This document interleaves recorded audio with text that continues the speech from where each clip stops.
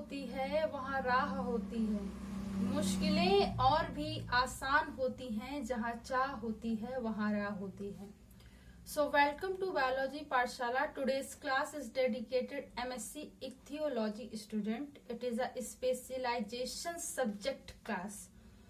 So today's topic is migration in salmon, and we will discuss about what is a migration in salmon.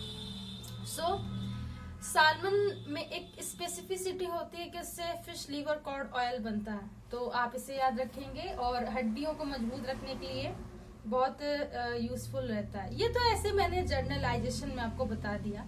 So what is the meaning of the anadromous migration? So anadromous migration is a specific type of a migration and it is a migration started from the river to sea water.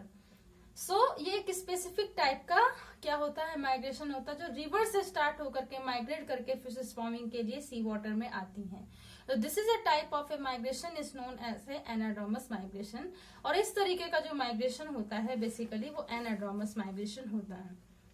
Okay, and the best example of the anadromous migration is a salmon salar and a Ornithorhynchus.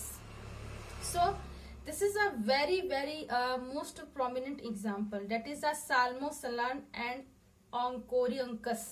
ठीक, so Ornithorhynchus and salmon दो है, मतलब एक तो क्या है common Atlantic salmon है जिसे सालमन सलार कहते हैं, and the Pacific salmon is the Ornithorhynchus। ठीक, इसे आपको याद रखना है। So basically the Atlantic salmons spawn mainly during the November to December, मतलब इनका जो स्पार्मिंग पीरियड होता है वो बेसिकली क्या होता है, नवंबर से दिसंबर होता है। तो आप एक हेडिंग डाल करके बता सकते हैं the spawning period of the Atlantic salmon is the November to December. Okay, it is known as a breeding period, we can say that. And they start the traveling 7,000 miles और 1 kilometre from a river to sea। ठीक है, क्या करेंगे, river से सी में ये आते हैं। ठीक है, on the entering a fresh water habitat they stop feeding। जैसे ही एंटर करेंगे तो इनमें क्या हो जाए, सबसे पहले स्टॉप फीडिंग, अपना जो फीडिंग मैकेनिज्म है यानी कि फूड मटेरियल को ऑब्टेन करने का जो भी प्रोसीडर है वो स्टॉप कर देंगे। Okay, and lose the weight, अपना वेट को लूज कर लेंगे, कम कर लेंगे। Okay, bright silvery colour change into a dull reddish brown, और जो व्हाइट सिल्वरी कलर है जो एटलांटिक सालमोन का है वो रेड डल कलर में चेंज हो जाता है। तो ये कुछ फिजियोलॉजिकल मैं ये नहीं कहूंगा, हाँ फिजियोलॉजिकल चेंजेस कह सकते हैं कि इसमें कुछ चीजें ऐसी होती हैं। ठीक, The body of the male salmon becomes spotted with the red spot, है ना। तो जो मेल की बॉडी होती है उसमें बहुत सारे रेड स्पॉट्स आ जाते हैं। Orange and large black spot, कुछ ऑरेंज और लार्ज ब्लैक कलर के स्पॉट्स भी आ जाते हैं। Such a male breeding salmons are called the red fish, और जो मेल ब्रीडिंग सालमोन होती है उसे रेड फिश कहते हैं। And the darken mature female is black fish. तो आपको याद रखना है, इससे भी क्वेश्चन आता है। अगर इस बार आपका अगर एमसीक्यू का पेपर है तो रेड फिश कौन सी होती है ये आपको याद रखना है। ठीक, वो होती है मेल, और मैं ये कहूँ ब्लैक फिश कैसी होती है, मैच्योर फीमेल फिश होती, किसकी होती, एटलांटिक सालमोन की, याद रखोगे। After selecting the suitable spawning ground, मतलब सुटेबल स्पार्मिंग ग्राउंड या उसे फेरी को सेलेक्ट करने के बाद, ठीक, fish segregate into a pair, मतलब वो क्या हो जाएंगे, सेग्रीगेट हो जाएंगे, इकट्ठे हो जाएंगे।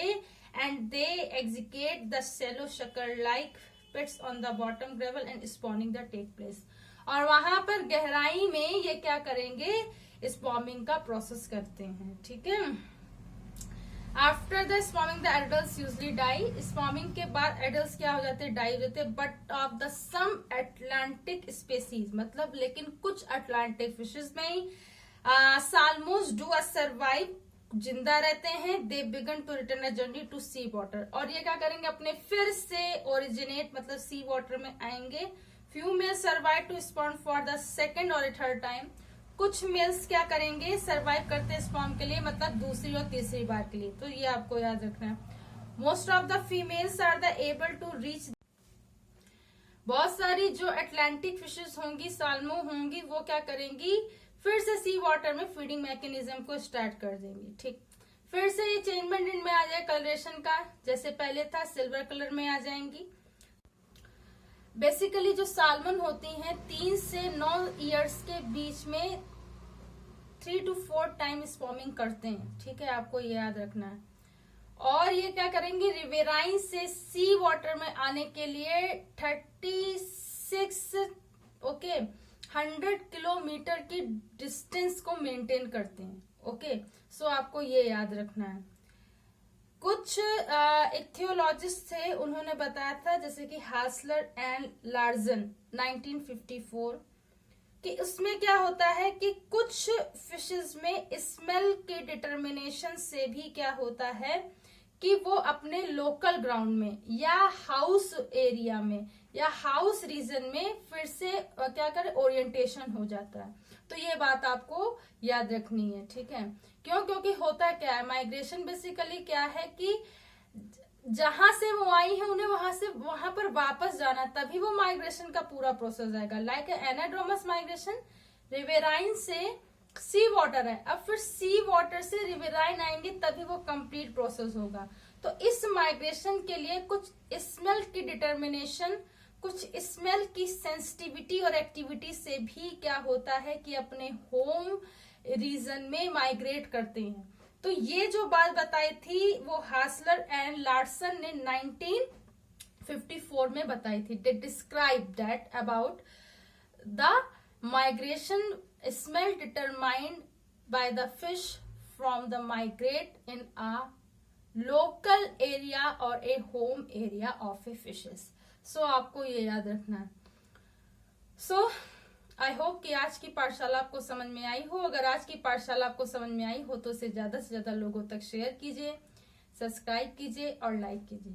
बायोलॉजी पाठशाला का बेल आइकन, उस घंटे के बटन को दबाए रखिए ताकि आने वाली लेटेस्ट अपडेट आप तक पहुंच सके।